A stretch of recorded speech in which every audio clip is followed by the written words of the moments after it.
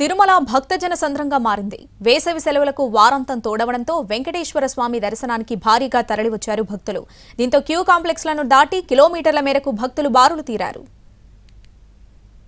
తిరుమల కొండ భక్తులతో కిక్కిరిసిపోయింది. శ్రీవారిని దర్శించుకోవడానికి భారీగా వస్తున్నారు భక్తులు. అసలే వేసవి సెలవులు, దీనికి వారాంతం తోడైంది. దీంతో తిరుమలకు వచ్చే భక్తుల సంఖ్య అధికంగా ఉంది. పైగా 10th ఇంటర్మీడియట్ వంటి వివిధ పరీక్షా ఫలితాలు వచ్చేశాయి. దీంతో మొక్కులు తీర్చుకోవడానికి పెద్ద సంఖ్యలో తిరుమలకు చేరుకుంటున్నారు భక్తులు. తలనీలాలు ఇచ్చే భక్తుల సంఖ్య కూడా భారీగా ఉంది. భక్తులు పెద్ద సంఖ్యలో రావడంతో వైకుంఠం క్యూ కాంప్లెక్స్లో కంపార్ట్మెంట్లన్నీ పూర్తిగా నిండిపోయాయి. క్యూ కాంప్లెక్స్ వెలుపల కూడా క్యూ లైన్లో వేచి ఉన్నారు భక్తులు. స్వామివారి సర్వదర్శనానికి 20 గంటలకు పైగా సమయం పడుతోంది.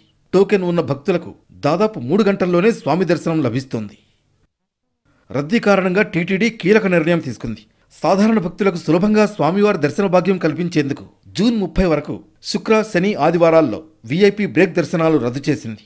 అంతేకాదు, ఆయా రోజుల్లో సిఫారసు లేఖల్ని కూడా అనుమతించబోమని తెలిపింది. భక్తులకు ఇబ్బందులు కలగకుండా టీటీడీ ఏర్పాట్లు చేస్తోంది. క్యూలైన్లలో ఉన్న వాళ్లకు అల్పాహారం, మంచినీరు, అన్నప్రసాదం, పాలు అందజేస్తున్నారు. శుక్రవారం 70,668 మంది భక్తులు స్వామివారిని దర్శించుకున్నారు. 38,000 మంది తలనీలాలు సమర్పించారు. స్వామివారికి హుండీల ద్వారా 3,64,00,000 రూపాయల ఆదాయం లభించింది.